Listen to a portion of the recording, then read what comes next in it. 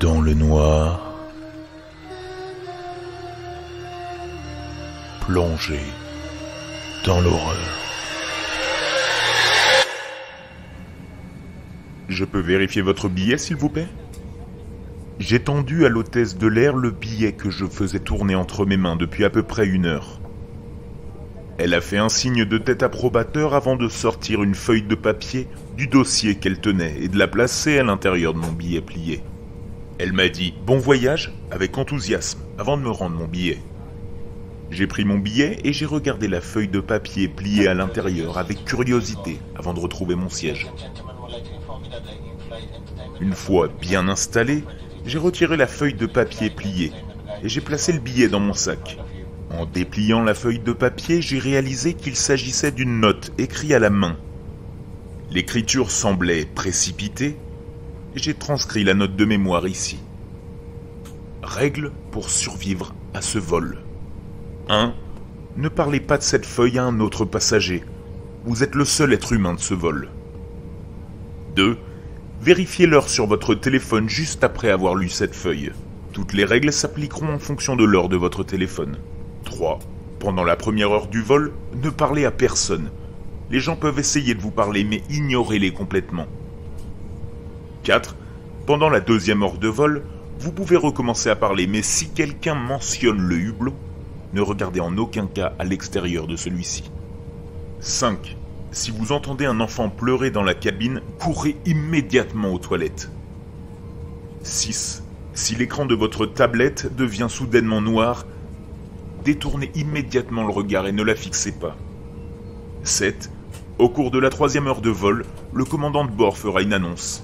Suivez ses instructions. 8. Pendant la 4e heure de vol, ne vous asseyez pas sur votre siège. Si vous passez la 4e heure, vous devrez passer le reste du vol à éviter le chasseur.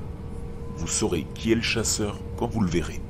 Dès que le capitaine annoncera l'atterrissage de l'avion, foncez jusqu'à la porte de sortie et ouvrez-la. Vous constaterez que l'extérieur n'est qu'un vide noir.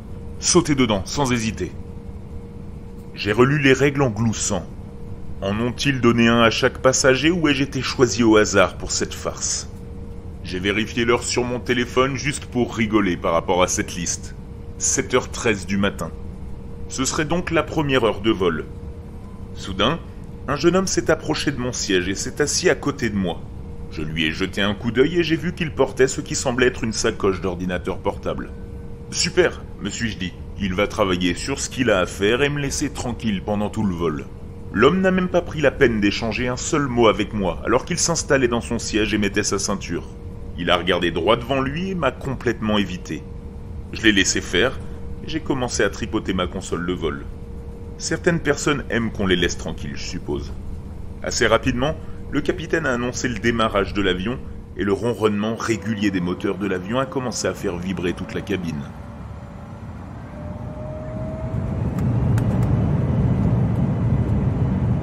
L'avion a commencé à accélérer jusqu'à ce que la force de gravité me pousse dans mon siège.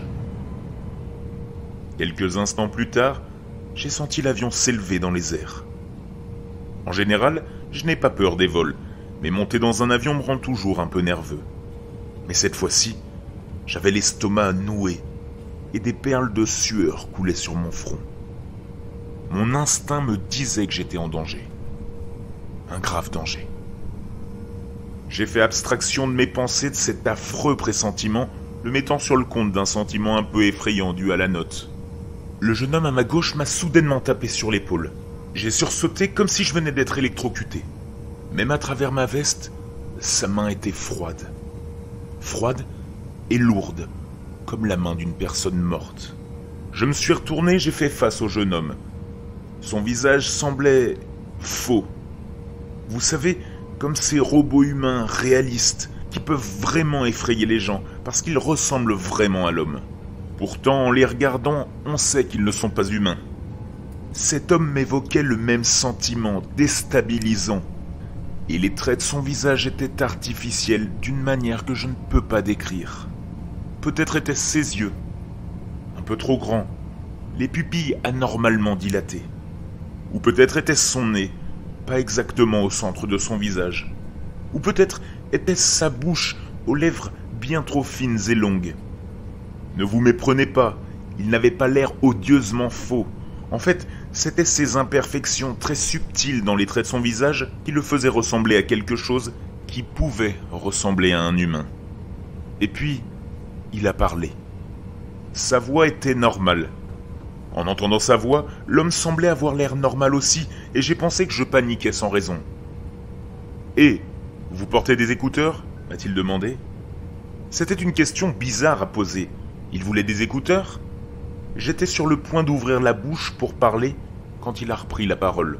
« Comment te sentirais-tu si je te coupais la main maintenant ?» Ce qui était troublant, ce n'était pas la question en elle-même, mais le fait qu'il ait parlé d'une manière si calme. C'était comme s'il me demandait comment s'était passée ma journée. Soudain, mon esprit est allé vers la liste de règles que j'avais inconsciemment serrées dans ma main. La première règle disait de ne parler à personne pendant le vol, même si ces personnes essayaient de vous contacter. J'ai décidé d'ignorer l'homme.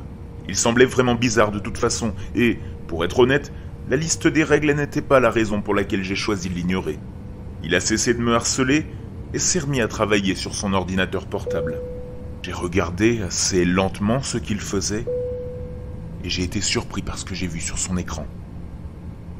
En effet, il avait une photo de moi sur son bureau. Et c'est tout. Rien d'autre. Juste une photo de moi en plein écran. Avant que j'aie pu traiter cette information correctement, j'ai regardé son clavier. Et j'ai remarqué que ce n'était pas un clavier standard. En fait, ce n'était même pas un clavier. Il était composé de touches aux formes bizarres, toutes marquées de lettres étranges dont je doute de l'existence. L'homme continua à regarder attentivement la photo de moi sur son écran. C'est alors que je me suis rendu compte que la liste des règles n'était pas une blague. Soudain, un agent de bord a surgi de nulle part et m'a demandé « Monsieur, est-ce que cet homme vous dérange ?»« Oui, il est... » J'ai répondu, avant que ma voix ne se bloque dans ma gorge. En moins d'une seconde, tout le monde dans la cabine a tourné la tête jusqu'à ce qu'ils me regardent tous, fixement. Leur visage. Ils avaient l'air tous faux, inhumains. Lentement, leurs longues lèvres minces se sont courbées en un large sourire. Et des larmes rouges ont commencé à couler sur leur visage. J'avais enfreint la première règle.